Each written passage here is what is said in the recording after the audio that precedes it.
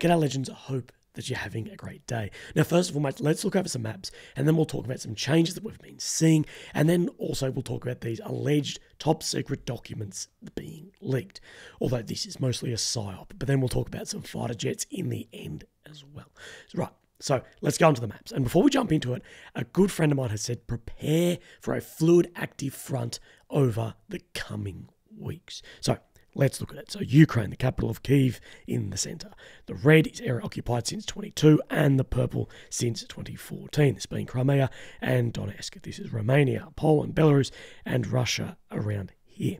The green, I should mention as well, is area that has been liberated by Ukraine in the past. So let's go back down into Bakhmut as always, and where we are seeing changes day to day. And then we'll talk about some things from the British MOD as well. So today is the 7th. The map updated approximately 40 minutes ago. So it may be the 8th wherever you are, if you're in Australia or Europe.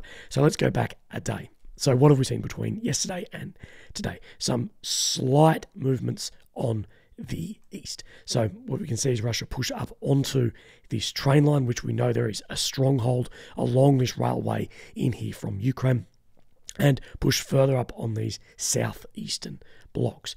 But as far as north and southern closing up on this, not really. And we haven't seen any movement above or below to the north or south of Bakhmut as well. Although Russian sources are claiming the Avangard stadium has come under control, and there's been a lot of fierce fighting there. So where actually is this stadium? So if we go into Google Maps, we can see we've got Bakhmut here, and this road splits in a V, and before it splits into two again, this is where the stadium is.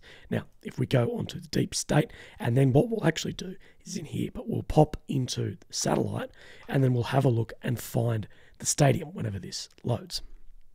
So this is the stadium here, and it is definitely not being shown on the deep state as under Russian control, although it's definitely in the grey zone, and I have no doubt there is massive fighting in there. But we can see that Russia is pushing very close now to the railway on the eastern side. So let's have a look on the ISW, and I'm just in the wrong spot at the moment, but if we come in, zoom in on Bakhmut, what are we seeing? This is the road here it splits into, and the stadium is lying in here. So the stadium on this is definitely showing in claimed Russian control, and it looks like they've made a fair bit of ground on the north, at least claimed, compared to yesterday and compared also to the deep state map. So as always, let's compare this against the Russian sources. Let's have a look at the Rybar map, and what can we see? So this is the railway, this is where the road splits in two, and this is the stadium in here that we talk about. So they're definitely showing that they are within the stadium complex, at least in their new claimed ground as well, and pushing up to the railway, but are definitely making some ground in this region. So also, if we look and talk about this region, this is from the intelligence update from the British MOD. In recent days, Russian forces have regained some momentum in the battle for Bakhmut. Since late March 2023, their advance had largely stalled. Russia has made further gains and is now highly likely advanced into the town centre, which we have seen many photos geolocated of them within the town centre, and has seized the west bank of the Bakhmutka River. Ukraine's key 0506 supply route to the west of the town is likely severely threatened. Russian regular forces, likely including airborne troops being the VDV, have probably reinforced the area, and Russia is again using artillery more effectively in the sector. There is a realistic possibility that locally Wagner and Russian MOD commanders have paused their ongoing feud and improved cooperation. So a lot of what was said about Wagner stalling was ammunition between a feud from the regular Russian forces commanders and Wagner Group, and a bit of tension in there. And these supply routes we're talking about is through Kromove and from Ivanovsky, but mainly this one here, as there is another one in the centre as well. So it's a very tough situation. Speaking of Wagner Group as well, this video was released of Prigozhin in front of a graveyard of Wagner soldiers. То самое кладбище ЧВК «Вагнер». Здесь продолжают хоронить, проблем нет. Мы его собираемся благоустраивать и делать из этого кладбища мемориал для войны. Она приводит к тому, что уходят бойцы, остаются с нами вечно, и их память о кладбище. Да, оно растет. Те, кто воюют, иногда погибают. Let's see if there's been any changes up and down the front line. So let's go into Avdiivka and see where there's any change. Now, Avdiivka, as we know, does have a very fluid front line, and also a front line that has been unchanged since 2014 as well. This small bit here, but between yesterday and today, all we did see a bit of a western push past Krasnoyarivka, got towards Stepove. So if we do have a look then on the ISW map, it is showing that Russian claimed control is well beyond here and through Stepove as well. So it is hard to get a real grasp on what the actual situation here is looking like. The only other small change we saw was to the south of Dobrova, where we saw between yesterday and today, Russia just take a small bit of ground in this heavily wooded region. The New York Times has released an article today on released apparent top secret documents, and this is called Ripples All Through the Internet. Now, these documents are seemingly from the 1st of March, so they'll be a month old even if they are real, but they would 100% be absolutely top secret, which is why I actually highly doubt this, although the Pentagon is investigating. But this has all the hallmarks of being an intelligence SOP, a little bit like investigating the Nord Stream. You do a lot of courses in the army around handling classified information and documents, so I have some idea on this, and this is top secret, but like super top secret, and I highly doubt this could actually be photocopied or even a photo taken in any secret room. There's no phones, no printers, no copiers, no smartwatches. There's not even notebooks and pens at least you can bring in, take out. There's just nothing. And if it is real, very few people who actually would have access to this, and whoever did it would be fucked. I think most likely this is probably just some bullshit Excel spreadsheet that a blogger has made up to cause some chaos on the internet, which it's been very successful in that. This report could also be a SOP to possibly show Ukraine is low on supplies in a way to drum up more support for more deliveries, or actually give Russia maybe false confidence, or maybe it's a Russian SOP releasing it to paint maybe a better future in this war and put the West in a bad light. Pentagon Deputy Press Secretary Sabra Singh has said, "We are aware of the reports on social media posts and the department is reviewing the matter." They have to do this either way. This isn't a smoking gun. Now, Mikhailo Podolyak, advisor to Ukrainian President Volodymyr Zelensky, has dismissed the leak and said the published data are related exclusively to the information and operational game that the Russians started in order to introduce confusion, seize initiative, and discredit the very idea of offensive. It is obvious. There is not the slightest doubt that this is another element of the hybrid component of the war. Russia is trying to influence Ukrainian society with disinformation and sow fear, panic, distrust, and doubt. Very typical behaviour. But if by some chance it is real, well, shit.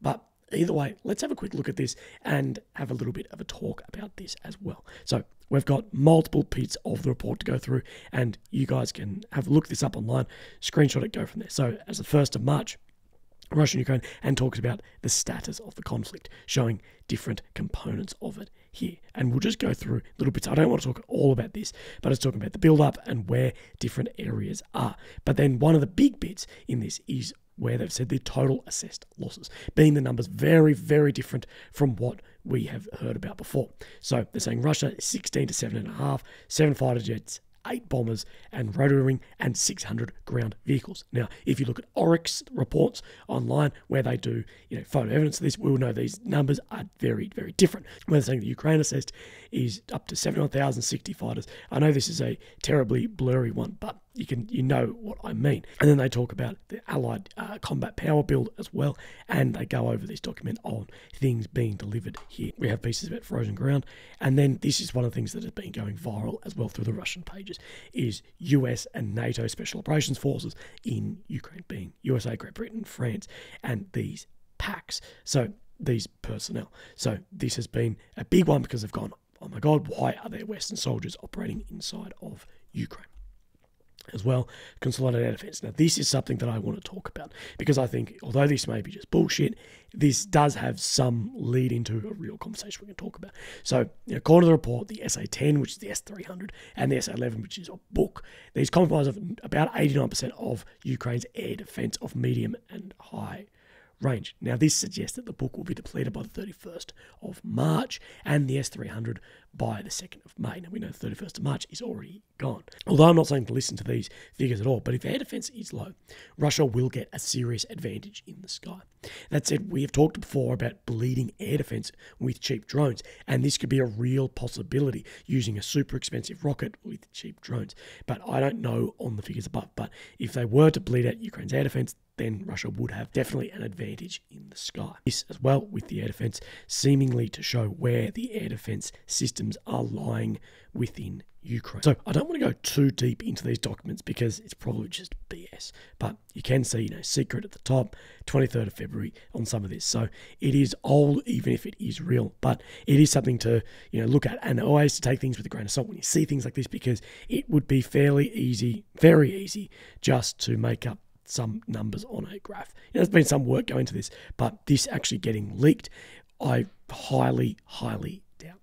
Now let's talk about jets. This video is a Russian Su-25 being shot down in a fireball, where you can see then a white canopy of the pilot ejecting. Now, I've chucked this on the map of where these coordinates are, and it is within Russian lines near Donetsk. So in here. Now, this pilot, we don't know the condition of, and we know that ejections are very, very rough. So the idea of flying again after a lot of ejections is absolutely out of the picture. But speaking on fighter jets, Slovakian Defense Minister Jaroslav Nard has hinted that Russian mechanics may have intentionally tampered with Slovakian MiG-29 fighter jets that were bound for Ukraine. Now, he said they were able to fly, but that doesn't mean they were capable of combat. The defects appeared only in those parts assessed by Russians. Now, Slovakia and Russia have had a long-term deal where the Russian experts were present in the Slikarth airbase to conduct serious repairs to the platform in these Soviet-era jets. Now, this is so that these fighter jets didn't have to go back to Russia for repairs. This was from well before the war. Although the minister did suggest that Ukraine will be able to get these airframes fully operational, saying that they have pilots, spare parts, and a company that has worked on these MiGs since Soviet times. Slovakia has actually given Ukraine all of its MiG-29s. But that's it for me today, guys. I hope you're looking after yourselves, keeping well, and having a great weekend wherever you are. So I will see you tomorrow, and then I'll be having a few days off because I've got to make the long journey back from America to Australia through lots of airlines. So I'll see you tomorrow, but then after that, a couple of days. So look after yourselves. I'll see you soon. Oh, and if you want to support me, there's links below, but never, ever feel obliged to do that. So look after yourself. Okay, bye-bye.